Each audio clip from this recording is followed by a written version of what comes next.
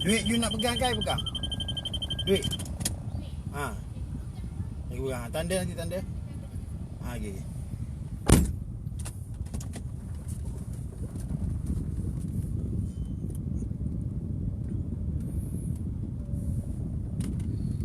Ya, Assalamualaikum warahmatullahi wabarakatuh. Dan selamat pagi. Ini hari pergi kerja juga, cuma pergi hantar budak membuat percaturan hari ni ya. Kejohanan catur dekat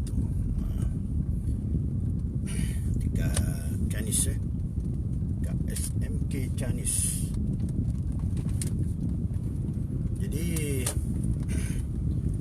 yang adanya bawa 10, bawa 12 catur.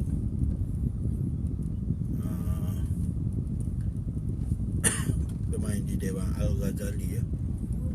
Jadi kalau ikut borang tu ada 6. Saya kategori ada 6 peserta. Jadi sekolah saya hantar sikit saja sebab dia julung kali masuk kejohanan catur ni. Jadi tak training pun budak-budak. Bawah yang mana dah pandai main, pandai bergerak buat. Kita nak bagi expose kepada dia, bagi pendarahan, bagi dia timba pengalaman. Tapi lambat call kawan saya tu, memang dia guru catur lah. Dia fikir satu SK Kampung Au, memang dia selalu bawa budak asli lah di peringkat pasaan ke negeri macam tu lah. Tapi memang budak dia tarik lah. Sebab murid-murid dia time recess pun dia main catur atas meja batu. Disediakan dam catur tu lah. Dibuat dengan meja batu kan, buat simen. Mungkin masa dia belah simen tu dia terus buat dia punya meja catur tu, dam catur tu. Dia lorek-lorek. Jadi tak kisahlah tu. Sebab ni idea guru besar yang baru. Dia mahu sekolah saya wujudkan kelab catur. Dan masa saya seminggu 31 masa. Jadi tak ada nak training. Rehat pun kalau pukul 10 20 minit je rehat. Rehat pula sore tetap. Jadi tak ada lah. Waktu begitu mencemburui, waktu tu pack. Jadi hari ni hantar 6 orang budak, 2 orang guru. Saya dengan Ustaz Min, Cik Azlan Min.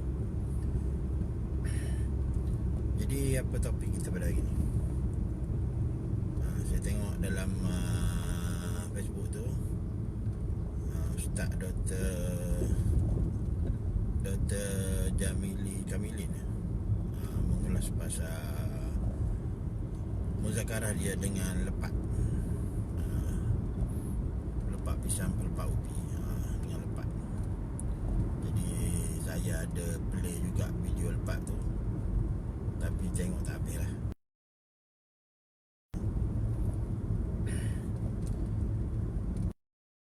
Lepat ini itu dekat kedai makan. Abang Azri tu ada tanya saya mengenai lepat. Saya kata lepat ni dia orang hakikat. Dia dia menyelam tapi tak sampai ke dasar. Dia nampak dasar tu, tapi kaki dia tidak berpijak pada dasar tu lah. Jadi dalam bab ni kita tak boleh hukum orang lah. Tak boleh hukum orang itu sajalah. Sebab dua cabang ilmu yang berbeza ya. Jamili Kamilin tu dia bercara,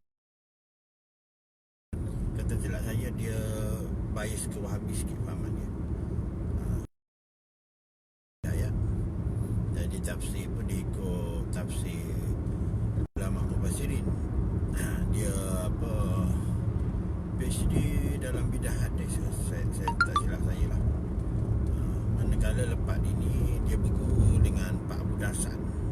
Darsan ni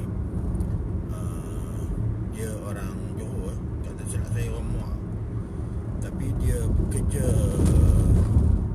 JKR ke LLN ke, dia bekerja dekat JT dekat Kuala Lumpur tu, tak ingat dah saya.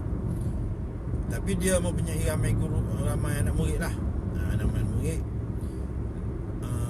kata silap saya Pak Abu Darsan ni dia berguru dengan Kia Saleh.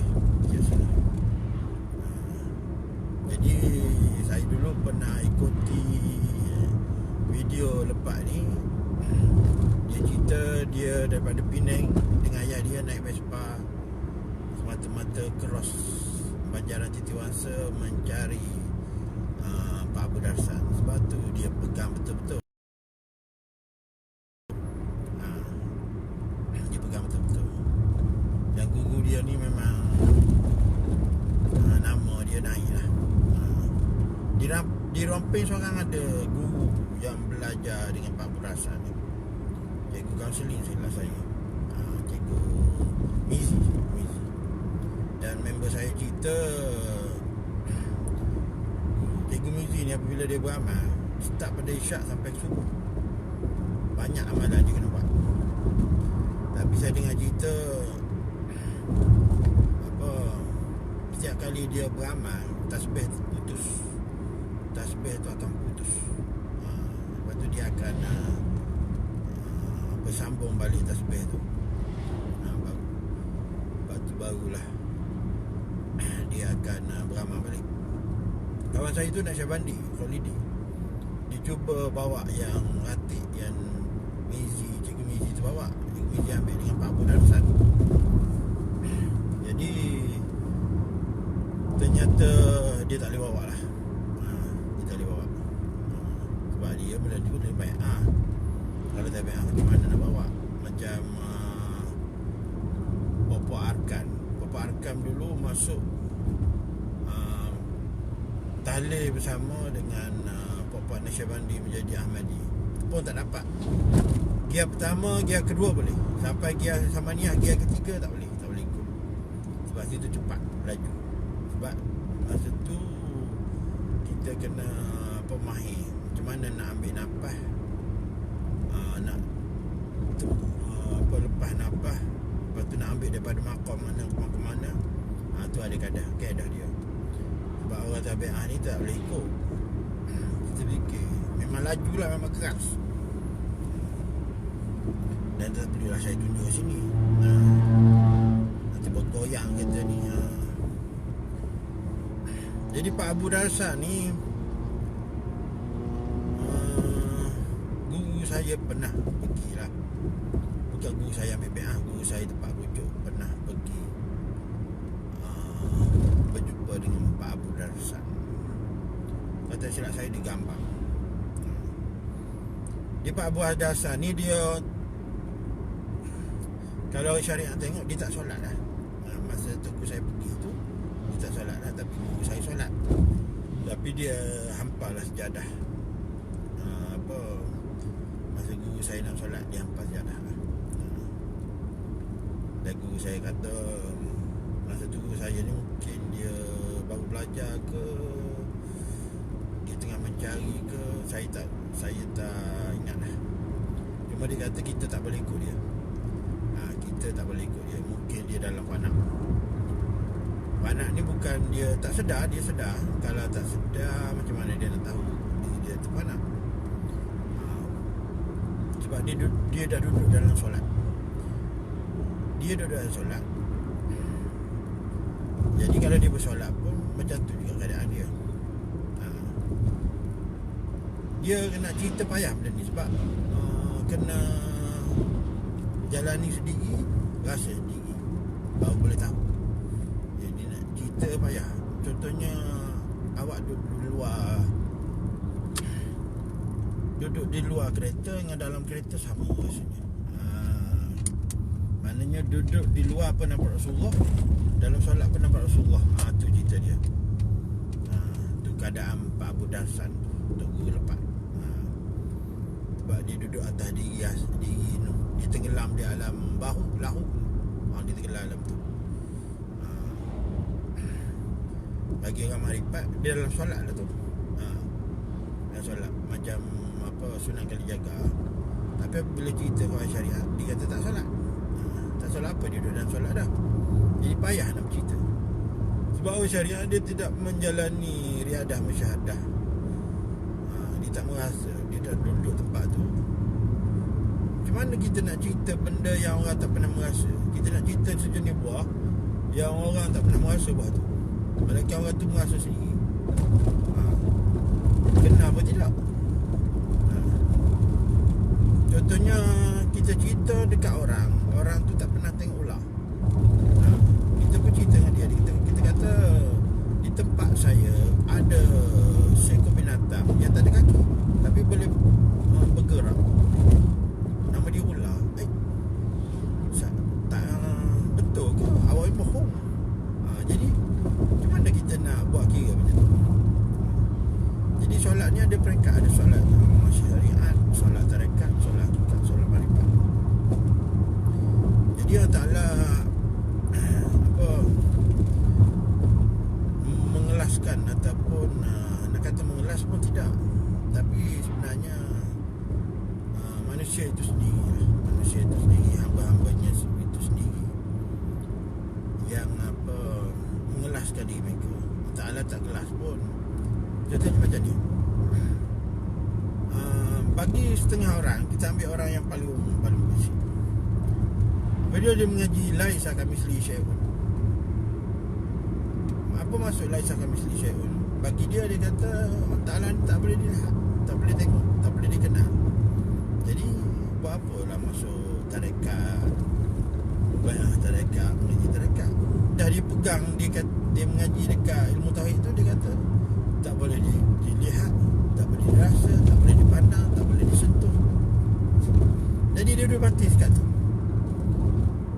Jadi berlainan dengan orang yang mencari, dia kata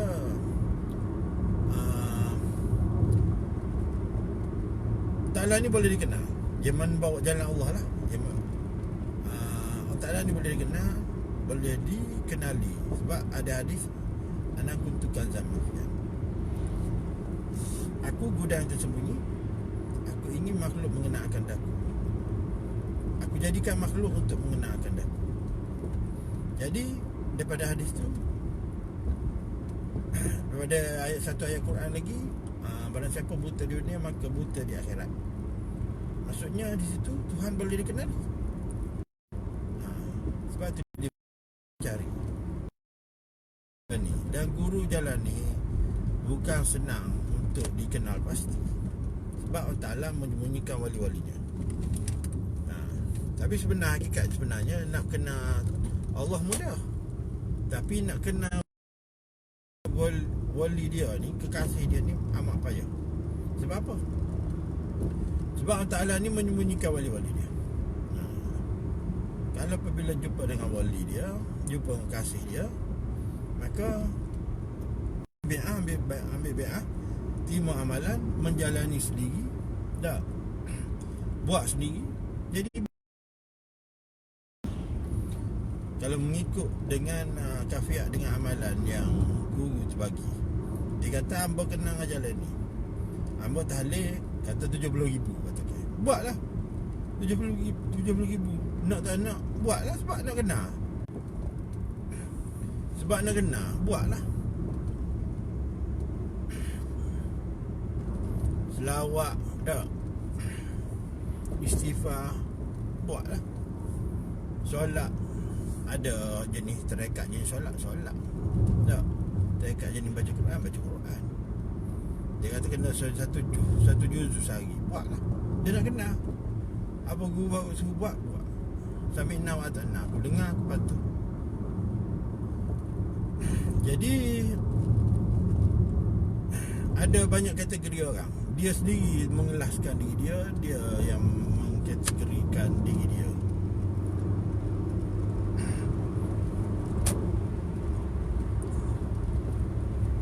Jadi di sini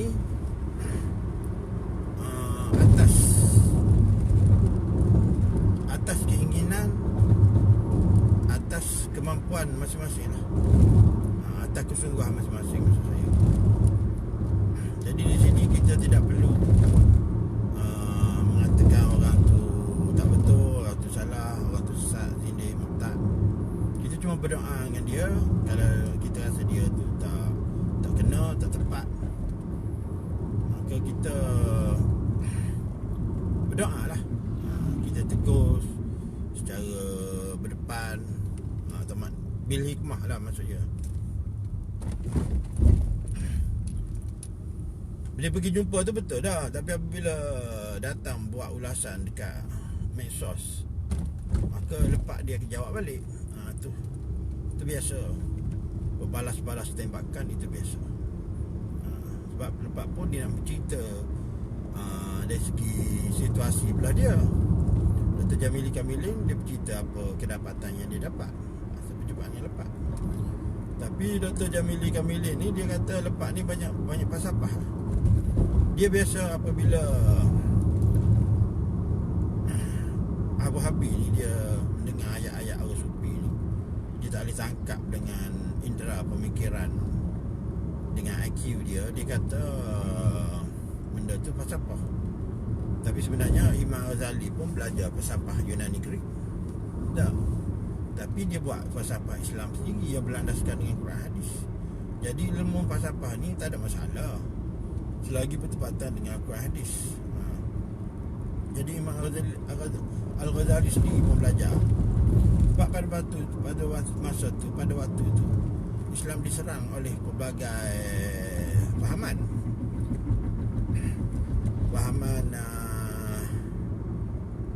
Mu'tazilah, Qadariyah, lepas tu fahaman apa lagi. Masa tu yang paling teruk ialah ni lah, orang syariat dengan orang tasawuf ni bertengkar. Jadi Imam Ghazali ni dia asal dia orang tasawuf, orang syariat lah. Dia Syekhul Islam, Hujatul Islam. Tapi malangnya dia tak belajar apa ilmu ni. Ilmu tarekat, hakikat, makrifat ni dia tak belajar. Dia boleh terbukanya apabila solat berjemaah bersama adik dengan ibu dia. Jadi Ahmad ni, adik dia ni mufarakah, maknanya keluar daripada email lah. Jadi mak dia kata lepas solat tu, mu tahu mu siapa mu mufarakah tu mak? Dia kata aku kenal habis aku Syekhul dengan Hujatul Islam sedunia. Lepas tu apa mu mufarakah? Aku nampak darah. Imam Ghazali tanya lah, apa mu mufarakah tu? Aku nak tahu juga tu. Imam Ghazali walaupun dia orang syariat pada waktu tu, jadi dia apa main dia tanya. Dia tahu adik dia. Dia kata apa nampak darah jubah habis dia kata. Jadi Imam Ghazali kata, mau belajar ilmu ke apa ni mak? Jadi aku nak tahu mau belajar seperti dia. Rupanya dia belajar dengan tukar sepatu. Tukar sepatu ni depan apa Universiti Al-Azhar tu juga. Maknanya kalau tak depan apa dalil lah muka pintu gitu. Jadi dia hari-hari duk lalu tepat tukar sepatu tu. Kalau tak silap ambo nama Yusuf Nasas ke, gitulah. Jadi Imam Ghazali ni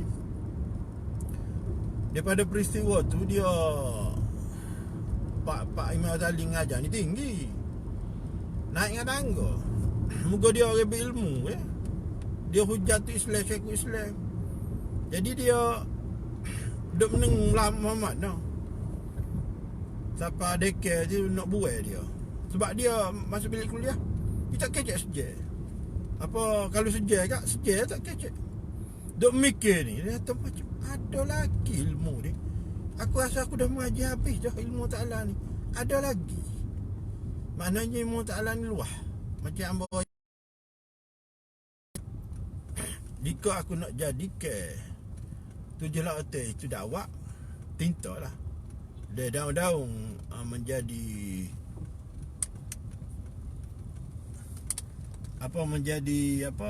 kertas, maka tidak akan habis ilmu Ta'ala jika hendak ditulis.